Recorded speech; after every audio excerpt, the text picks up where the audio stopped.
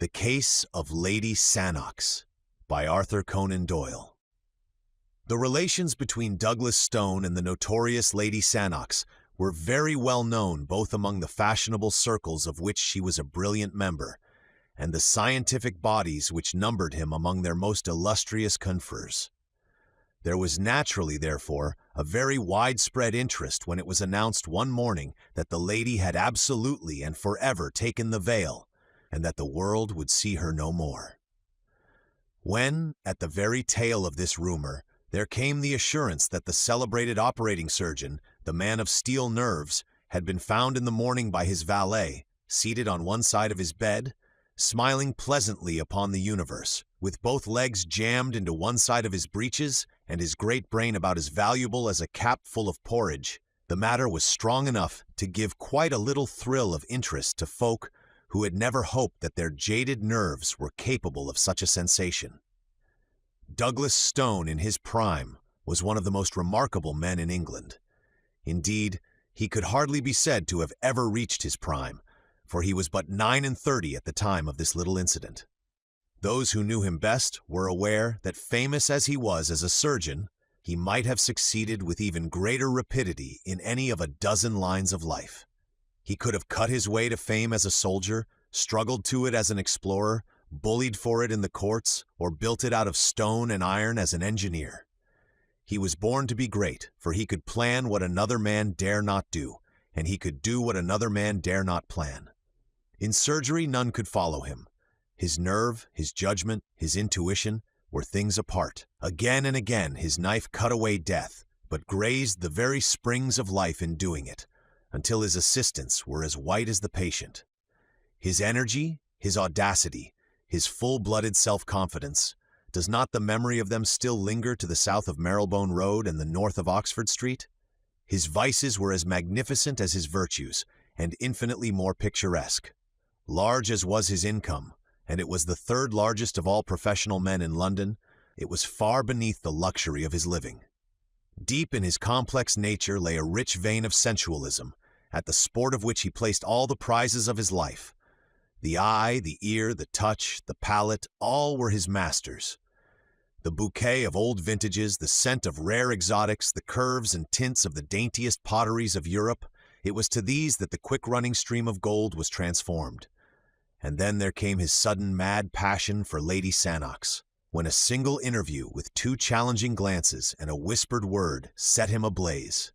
She was the loveliest woman in London, and the only one to him. He was one of the handsomest men in London, but not the only one to her. She had a liking for new experiences, and was gracious to most men who wooed her. It may have been cause, or it may have been effect, that Lord Sannox looked 50, though he was but 36. He was a quiet, silent, neutral-tinted man, this lord, with thin lips and heavy eyelids, much given to gardening, and full of home-like habits. He had at one time been fond of acting, had even rented a theatre in London, and on its boards had first seen Miss Marion Dawson, to whom he had offered his hand, his title, and the third of a county. Since his marriage, his early hobby had become distasteful to him. Even in private theatricals, it was no longer possible to persuade him to exercise the talent which he had often showed that he possessed. He was happier with a spud and a watering can among his orchids and chrysanthemums. It was quite an interesting problem whether he was absolutely devoid of sense or miserably wanting in spirit. Did he know his lady's ways and condone them, or was he a mere blind, doting fool? It was a point to be discussed over the teacups in snug little drawing-rooms, or with the aid of a cigar in the bow windows of clubs. Bitter and plain were the comments among men upon his conduct. There was but one who had a good word to say for him, and he was the most silent member in the smoking-room. He had seen him break in a horse at the university, and it seemed to have left an impression upon his mind. But when Douglas Stone became the favorite, all doubts as to Lord Sannox's knowledge or ignorance were set forever at rest. There was no subterfuge about Stone. In his high-handed, impetuous fashion, he set all caution and discretion at defiance. The scandal became notorious. A learned body intimated that his name had been struck from the list of its vice-presidents. 2 friends implored him to consider his professional credit. He cursed them all three and spent 40 guineas on a bangle to take with him to the lady. He was at her house every evening, and she drove in his carriage in the afternoons. There was not an attempt on either side to conceal their relations, but there came at last a little incident to interrupt them. It was a dismal winter's night, very cold and gusty, with the wind whooping in the chimneys and blustering against the window panes. A thin spatter of rain tinkled on the glass with each fresh saw of the gale, drowning for the instant the dull gurgle and drip from the eaves. Douglas Stone had finished his dinner and sat by his fire in the study, a glass of rich port upon the malachite table at his elbow. As he raised it to his lips, he held it up against the lamplight and watched with the eye of a connoisseur the tiny scales of beeswing which floated in its rich ruby depths. The fire, as it spurted up, threw fitful lights upon his bald, clear-cut face, with its widely opened gray eyes, its thick and yet firm lips, and the deep, square jaw, which had something Roman in its strength and its animalism. He smiled from time to time as he nestled back in his luxurious chair. Indeed, he had a right to feel well pleased, for, against the advice of 6 colleagues, he had performed an operation that day of which only 2 cases were on record, and the result had been brilliant beyond all expectation. No other man in London would have had the daring to plan or the skill to execute such a heroic measure. But he had promised Lady Sannox to see her that evening, and it was already 8:30.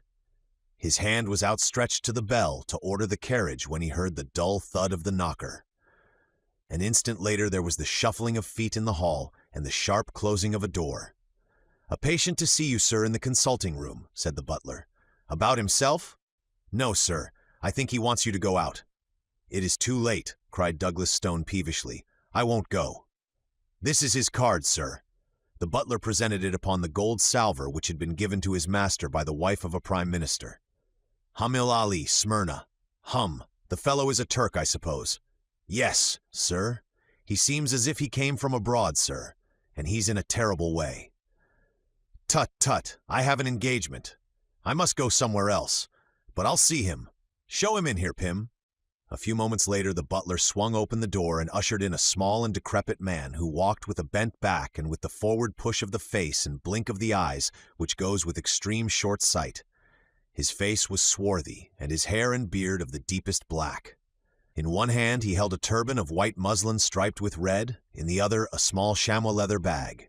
"Good evening," said Douglas Stone when the butler had closed the door.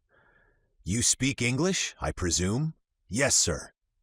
"I am from Asia Minor, but I speak English when I speak slow." "You wanted me to go out, I understand?" "Yes, sir. I wanted very much that you should see my wife.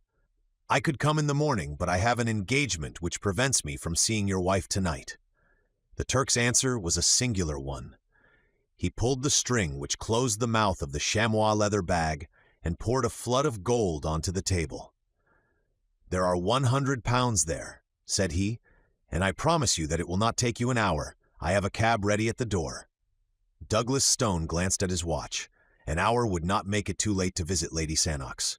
He had been there later, and the fee was an extraordinarily high one. He had been pressed by his creditors lately, and he could not afford to let such a chance pass. He would go. "What is the case?" he asked. "Oh, it is so sad a one, so sad a one. You have not, perhaps, heard of the daggers of the Almohads?" "Never." "Ah, they are Eastern daggers of a great age and of a singular shape, with the hilt like what you call a stirrup. I am a curiosity dealer, you understand, and that is why I have come to England from Smyrna, but next week I go back once more. Many things I brought with me, and I have a few things left, but among them, to my sorrow, is one of these daggers." "You will remember that I have an appointment, sir," said the surgeon, with some irritation. "Pray confine yourself to the necessary details. You will see that it is necessary. Today my wife fell down in a faint in the room in which I keep my wares, and she cut her lower lip upon this cursed dagger of Almohades." "I see," said Douglas Stone, rising. "And you wish me to dress the wound?" "No, no, it is worse than that." "What then?"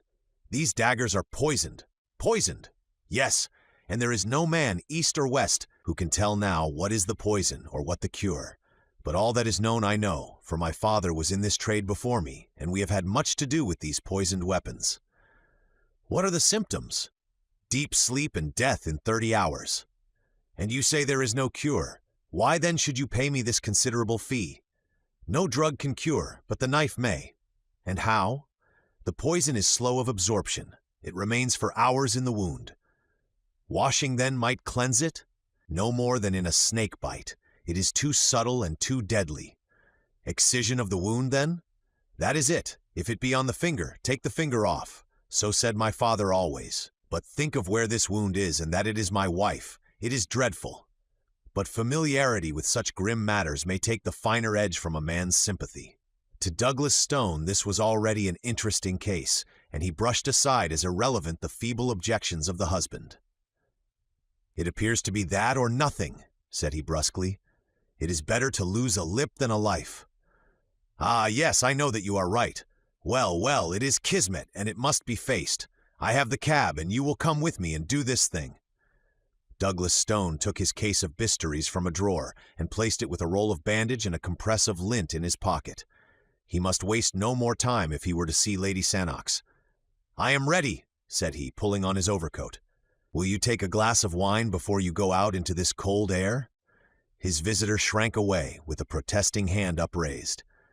"You forget that I am a Mussulman and a true follower of the Prophet," said he. "But tell me, what is the bottle of green glass which you have placed in your pocket?" "It is chloroform." "Ah, that also is forbidden to us. It is a spirit, and we make no use of such things." "What? You would allow your wife to go through an operation without an anesthetic? Ah, she will feel nothing, poor soul. The deep sleep has already come on, which is the first working of the poison. And then I have given her of our Smyrna opium. Come, sir, for already an hour has passed."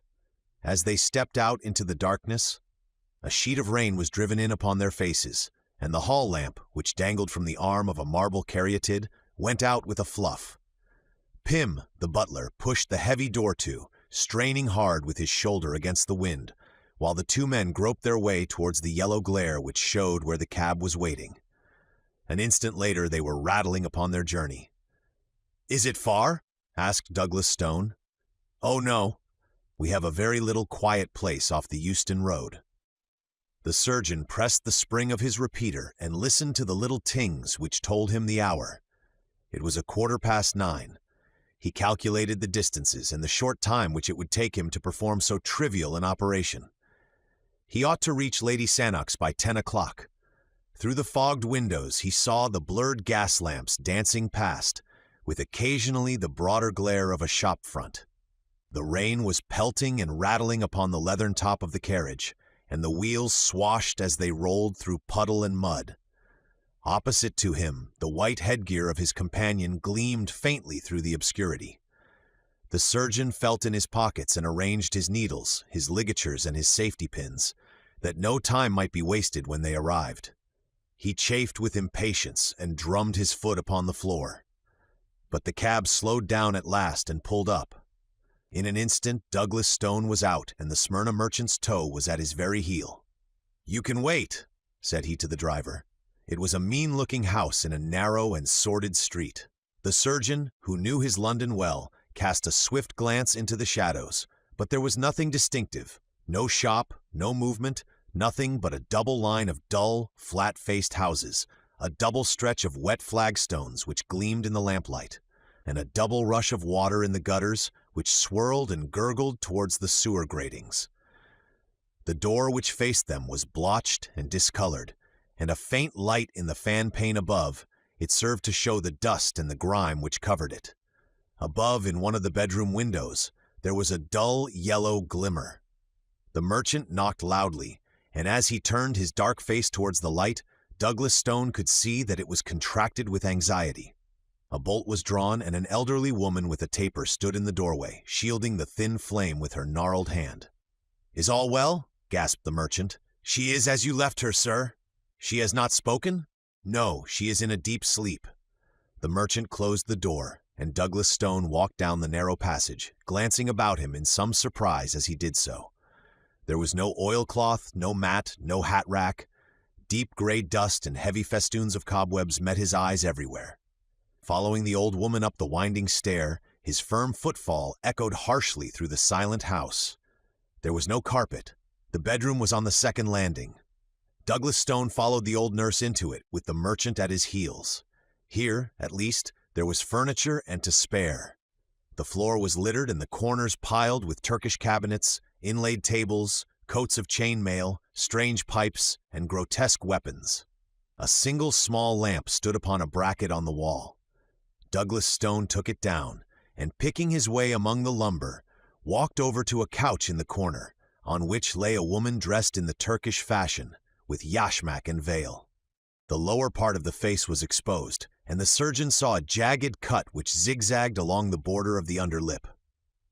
"You will forgive the yashmak," said the Turk. "You know our views about women in the East." But the surgeon was not thinking about the yashmak. This was no longer a woman to him. It was a case. He stooped and examined the wound carefully. "There are no signs of irritation," said he.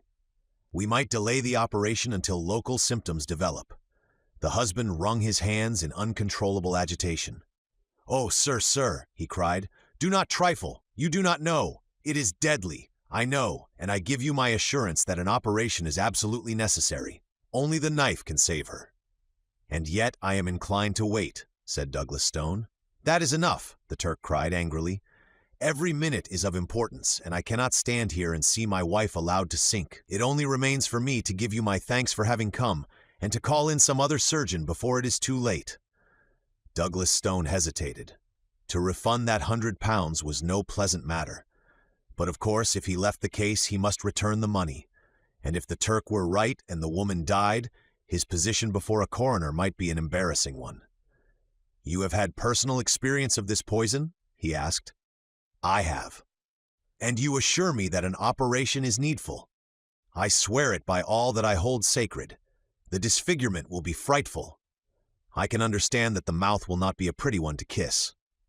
Douglas Stone turned fiercely upon the man. The speech was a brutal one. But the Turk has his own fashion of talk and of thought, and there was no time for wrangling. Douglas Stone drew a bistoury from his case, opened it and felt the keen straight edge with his forefinger. Then he held the lamp closer to the bed. Two dark eyes were gazing up at him through the slit in the yashmak. They were all iris, and the pupil was hardly to be seen. "You have given her a very heavy dose of opium." "Yes, she has had a good dose."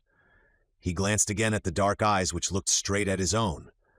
They were dull and lusterless, but even as he gazed, a little shifting sparkle came into them, and the lips quivered. "She is not absolutely unconscious," said he. "Would it not be well to use the knife while it will be painless?" The same thought had crossed the surgeon's mind. He grasped the wounded lip with his forceps, and with two swift cuts he took out a broad V-shaped piece. The woman sprang up on the couch with a dreadful gurgling scream. Her covering was torn from her face. It was a face that he knew. In spite of that protruding upper lip and that slobber of blood, it was a face that he knew. She kept on putting her hand up to the gap and screaming. Douglas Stone sat down at the foot of the couch with his knife and his forceps. The room was whirling round, and he had felt something go like a ripping seam behind his ear. A bystander would have said that his face was the more ghastly of the two. As in a dream, or as if he had been looking at something at the play, he was conscious that the Turk's hair and beard lay upon the table, and that Lord Sannox was leaning against the wall with his hand to his side, laughing silently. The screams had died away now, and the dreadful head had dropped back again upon the pillow, but Douglas Stone still sat motionless, and Lord Sannox still chuckled quietly to himself. "It was really very necessary for Marion, this operation," said he. "Not physically, but morally, you know. Morally."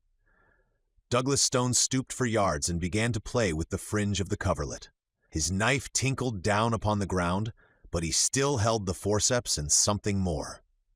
"I had long intended to make a little example," said Lord Sannox suavely. "Your note of Wednesday miscarried, and I have it here in my pocketbook. I took some pains in carrying out my idea. The wound, by the way, was from nothing more dangerous than my signet ring."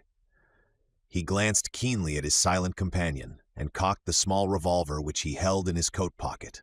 But Douglas Stone was still picking at the coverlet. "You see you have kept your appointment after all," said Lord Sannox. And at that Douglas Stone began to laugh. He laughed long and loudly, but Lord Sannox did not laugh now. Something like fear sharpened and hardened his features. He walked from the room, and he walked on tiptoe. The old woman was waiting outside. "Attend to your mistress when she awakes," said Lord Sannox. Then he went down to the street. The cab was at the door, and the driver raised his hand to his hat. "John," said Lord Sannox, "you will take the doctor home first. He will want leading downstairs, I think. Tell his butler that he has been taken ill at a case." "Very good, sir. Then you can take Lady Sannox home." "And how about yourself, sir?" "Oh, my address for the next few months will be Hotel di Roma, Venice.